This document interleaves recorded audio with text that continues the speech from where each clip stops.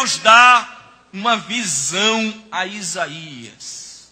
Deus se revela a Isaías. Veja, ele descrevendo, ele mesmo descreve a visão. Capítulo 6, versículo 1. No ano em que morreu o rei Uzias, ou seja, 739 a.C., neste ano, eu vi ao Senhor. A gente percebe nas primeiras palavras desta descrição do próprio Isaías que ele teve uma experiência pessoal. Diga comigo, experiência pessoal. A expressão eu vi é uma expressão hebraica que quer dizer assim, eu vi de forma clara, não obtusa, não opaca, não manchada. Eu vi de uma forma mais nítida, mais transparente. A experiência pessoal, ela é muito válida, porque ela nos leva a um conhecimento mais nítido de quem estamos servindo.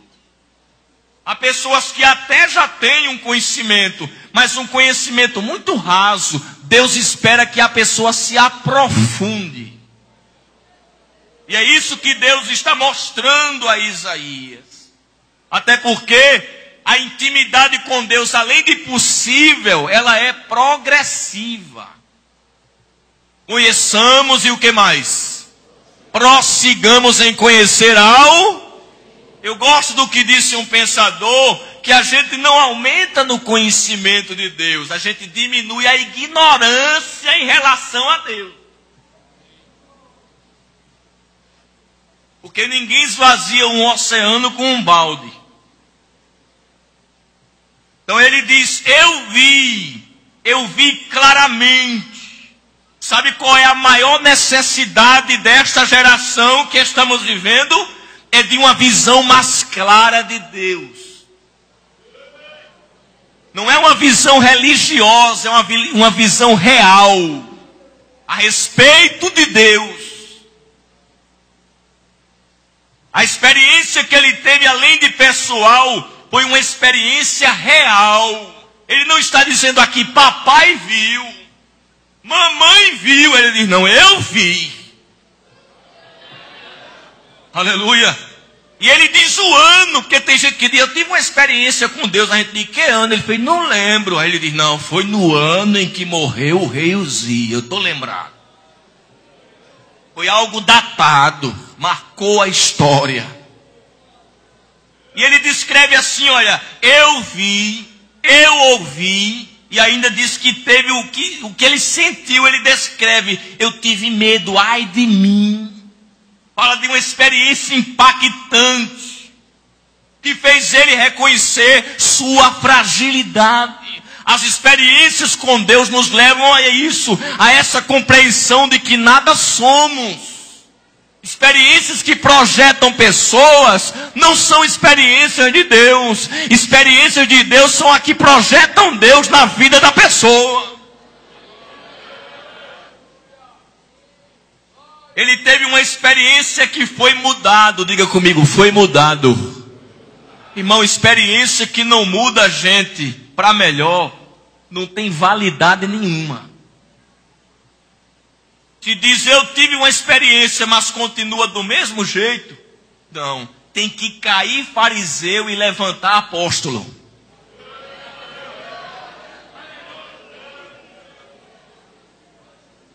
Tem que cair o cadáver da vida passada e ressurgir um homem como nunca antes.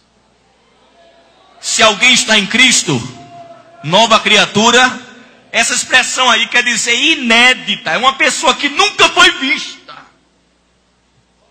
Até quando Jesus abriu os olhos do cego de nascença, havia aquela discussão. É ele, é aquele que mendigava? Eu acho que não é não. Ele disse, sou eu mesmo. E olha que ele só abriu os olhos, viu? Mas sou eu mesmo. Então Isaías teve a sua vida transformada.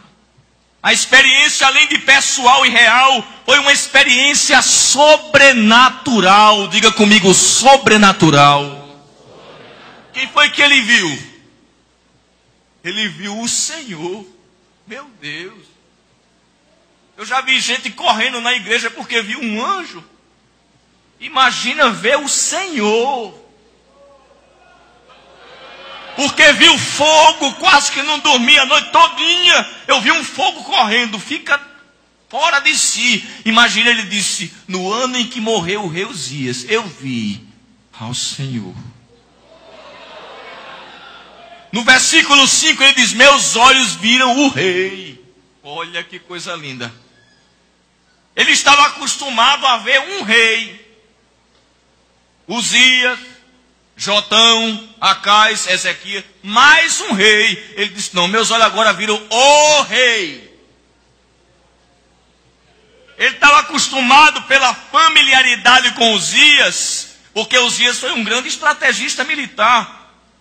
Há quem diga que ele inventou a catapulta, que joga pedras, arremessa ao longe. Tinha um exército numeroso. Trouxe um benefício de uma força bélica para Israel invejável. Então ele sabia do exército poderoso de Uzias. Mas agora ele viu um rei que tinha um exército superior. Não, de Uzias 600 mil. Não, desse daí é multidões de multidões.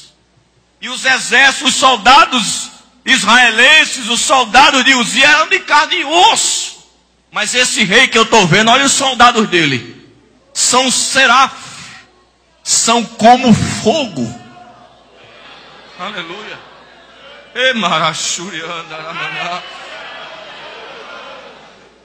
Eu vi um rei que terminou a vida leproso. E teve que sair do trono para ficar numa câmara. Mas agora eu estou vendo o rei que não é leproso. Ele é santo. Santo. Santo é o Senhor dos exércitos. E tem mais. Ele não está recluso numa recâmara, não. Ele está em um alto e sublime trono no governo de todas as coisas. Aleluia. Isaías viu que Uzias ficou ausente do trono. Mas quando teve a visão, viu que Deus estava no trono. Agora veja que coisa linda. Ele descreve como é um culto no céu. Pastor Farias falou aqui que a gente fica deslumbrado com o culto aqui, né? Imagina o que é ver um culto no céu. Porque, irmãos, há conhecimentos que a gente obtém aqui. O cantor ali falou de vários conhecimentos que ele obteve aqui, ó, na horizontal. A revelação é um conhecimento que se obtém na vertical. Você sabe o que é revelação? É a obtenção de um conhecimento pelas vias sobrenaturais. Você não pode ter de outra forma, só se for assim. Aí Deus queria mostrar a Isaías primeiro quem ele era, quem Deus era. E deu a ele um vislumbre do que é um culto no céu. Imagine, irmão, você vem para o templo e de repente se abre os céus e você vê como é o culto lá. Aí ele diz, primeiro, que ele viu o Senhor.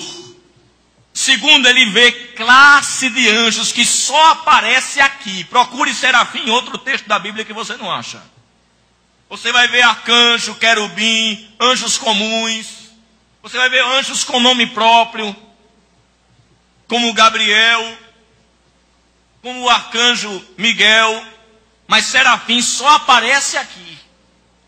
E ele diz que viu os serafins. Expressão hebraica que quer dizer aqueles que ardem como fogo. Que eles estão tão perto de Deus que o fogo de Deus impregna neles. E ele vê a aparência dos serafins. Cada um tinha 6 asas. Aí ele detalha. Com 2 cobriam o rosto, temor. Com 2 cobriam os pés, reverência. Com 2 voavam, liberdade. E quando ele descreve isso, que ele está vendo que é uma experiência real, não é algo do imaginário, não é esquizofrenia. Ele está detalhando para a gente até o hino que eles cantavam. Olha a letra do hino. Primeiro ele diz a forma como cantavam, depois a letra. Eles cantavam de forma antifônica, responsiva, como a gente faz na igreja. Quando se lê o texto aqui, que o pastor me leu e os irmãos leram também, de forma antifônica, respondendo. E ele diz que os serafins clamavam uns para os outros. Deus está no trono, que João 12:43, o evangelista disse que é Jesus, por isso que ele pôde ver, que Deus é invisível. Então se tinha como ver, porque era Deus em forma corpórea. Ele viu Jesus. E ele disse que os serafins olham, tem um serafim do lado de cá e outro do lado de cá. E o de cá olha para o de lá e faz assim, santo. Aí o de cá olha assim para ele, santo. Aí os outros que estão juntos faz aquele coral, santo é o Senhor dos exércitos. Toda a terra está cheia da sua glória. Oh, aleluia. Não é demais admitir a possibilidade de que a presença das asas influencia, quero dizer, no timbre, no tom, na forma como se canta.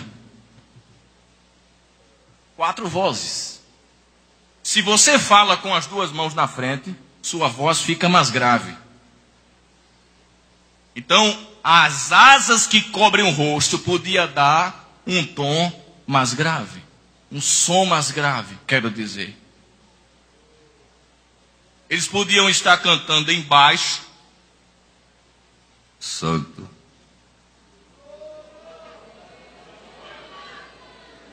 As asas que cobrem os pés, como é asa, impulsiona vento, aí o vento faz subir. Se faz subir, sai a voz aguda ou contralta. Santo! Cada serafim cantava nas 4 vozes. Imagine a beleza. Terra soderra baraçu.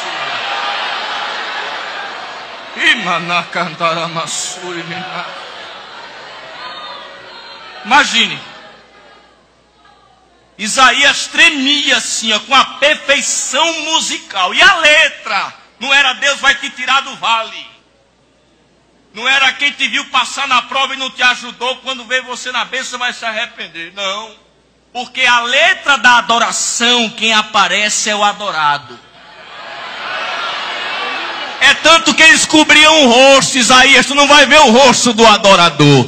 Agora dá uma olhadinha no meio que tu vai ver o rosto do adorado. Santo, santo, santo, santo, santo!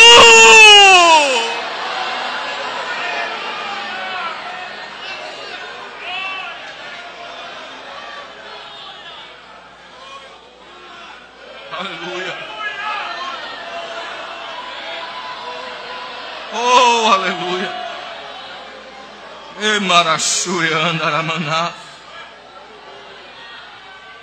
Depois que ele vê os adoradores, a forma como eles cantavam, a letra do hino, aí ele começa a perceber a presença da Shekhinah.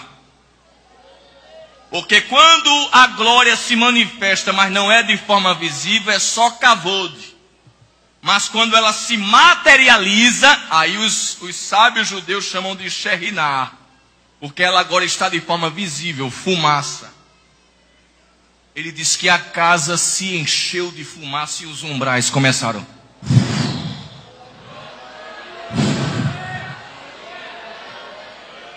Ele viu a Shekhinah, a presença visível.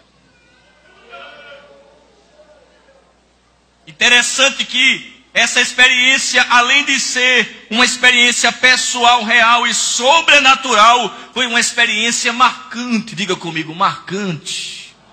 Se preparem, jovens, para experiências marcantes. E não será uma isolada, serão subsequentes. E vai marcando a sua vida. É tanto que uma coisa é Isaías antes disso. E outra é o que diz no capítulo 6, versículo 8. Depois disso, a experiência ela chega como um marco, um divisor de águas. Antes dela e depois dela.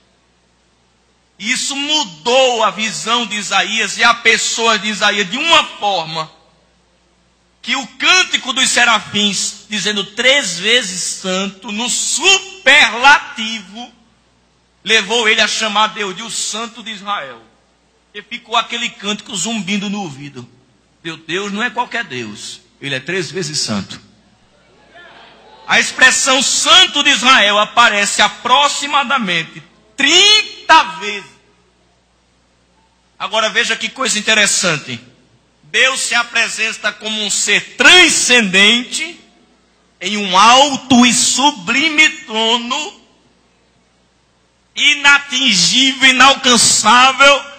Mas no capítulo 57, versículo 15 do profeta Isaías, ele diz, usando Isaías, ele diz assim: eu, Senhor, que habito em um alto e sublime trono, também habito com o contrito de espírito. Então Deus revela a Isaías tanto a sua transcendência como a sua imanência. Eu estou bastante em cima, mas não que não possa estar perto de vocês. Diga comigo, Deus chamou Isaías. Primeiro chamou ele dando uma experiência. Toda pessoa chamada por Deus, além da experiência da salvação, terá uma experiência que vai marcar o seu chamado. Escute isso. A gente vai ver sempre Deus fazendo isso. Na sarça, chamou Moisés. Dentro do templo, chamou Samuel. Ainda muito jovem, deu uma visão a Jeremias. Ezequiel não se fala. Na beira do rio Quebar, também lhe deu um vislumbre do céu. E nesta experiência, Isaías contemplou o Senhor, contemplou a si mesmo, ai de mim, contemplou seu povo, habito no meio de um povo de impuros lábios, e contemplou a necessidade da obra. Tem que ter um profeta nessa época. Aí é quando Deus diz assim: a quem enviarei?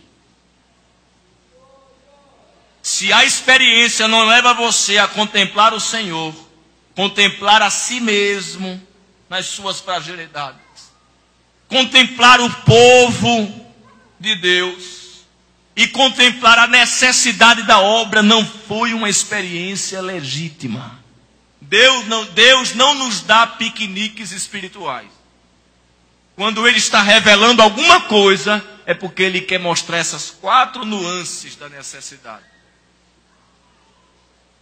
No capítulo 6, versículos 5 e 6, além de Deus dar uma experiência, Deus também faz uma transformação na vida do profeta. Ele disse que era de impuros lábios. E que o povo que ele também pertencia estava na mesma situação. E ele tinha uma fragilidade que precisava ser corrigida. E Deus é um Deus que, quando vê sinceridade, ele corrige deficiência. Ele detecta e corrige. Então Deus, além de chamar, ele santifica. Diga comigo, santifica. Tem alguma área da tua vida que Deus precisa dar um toque? Para te fortalecer? Onde você diz: Senhor, eu até quero servir, mas isso aqui me atrapalha. Isso aqui me traz dificuldade de eu vencer. É hoje. É hoje que Deus vai te dar um toque transformador. Para você superar, vencer, receber graça para ir além dos obstáculos.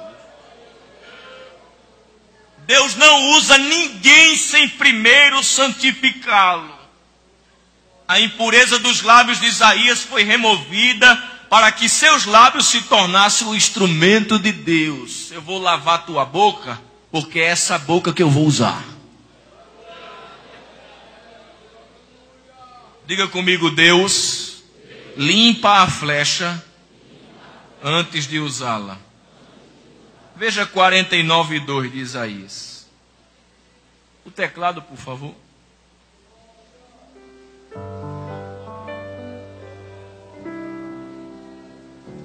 (49:2) 49:2.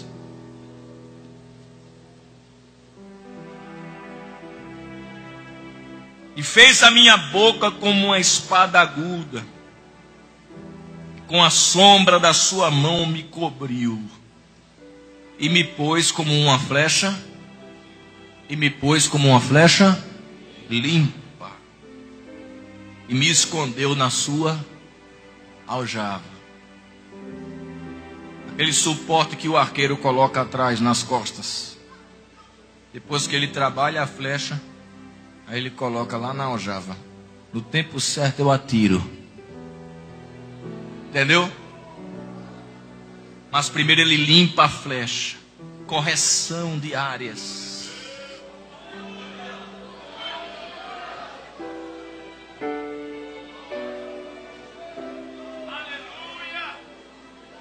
Nessa noite Deus vai corrigir áreas. Ele vai tocar em áreas que você tem dificuldade de vencer. Todos nós temos áreas que temos dificuldade de vencer. Aí Deus dá a graça para a gente vencer. E prepara para um toque. Só um. Você vai conseguir superar. Vencer. Deus dá a experiência, Deus santifica e Deus capacita. 6:6 de Isaías. Aquele toque não foi só um toque purificador, também um toque capacitador. Quando ele, arrependido diante da visão que teve de um culto no céu, vendo aqueles adoradores santos adorando ao Deus 3 vezes santo, ele disse: ai de mim que vou perecendo. Sou um homem de lábios impuros e habito no meio de um povo de impuros, e os meus olhos viram o Rei, o Senhor dos Exércitos.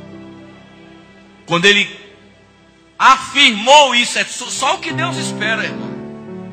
Porque Deus não chama super-homem, Deus chama gente de carne e osso. Elias era um homem sujeito às mesmas paixões que nós, Tiago diz. Deus espera o quê? Confissão, arrependimento, contrição. Se ele vê isso, ele te usa. Então veio um dos serafins. Ele foi no altar do incenso. Pegou uma brasa com um pegador de brasa chamada tenaz. Isso aqui resolve.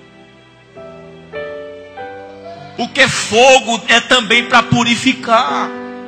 É por isso que a nossa geração precisa de fogo. Quanto mais fogo, me permita, pastor, menos novela. Quanto mais fogo, mais a saia fica longa.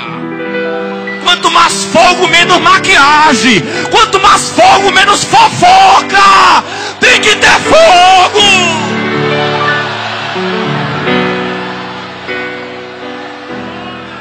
O fogo queima a língua grande.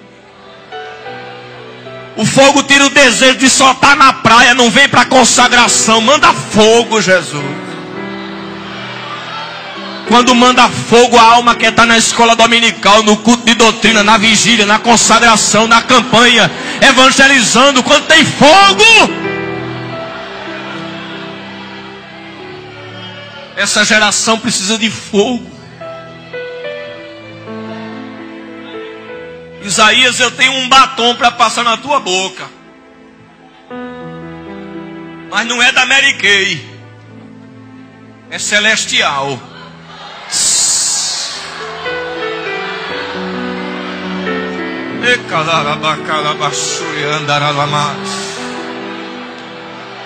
Carne assada, irmão, não está mais viva. A carne quando está viva é uma coisa, mas a carne queimada não tem mais efeito. Mamãe, quando ia tratar a galinha, A bicha dava trabalho. Tinha que botar ela num caldeirão com óleo, com água fervendo para sair as penas, né? Mas ela resistia, ficava. Parecia que estava viva ainda, já com o pescoço torado. E ela dizia que era porque a gente tinha pena. É porque vocês estão com pena dela, ela demora a morrer. Mas não é não, é porque a carne é terrível. Mas Deus tem um caldeirão de óleo fervendo para botar tua carne dentro assim, dizer ela agora morre no óleo do Espírito Santo.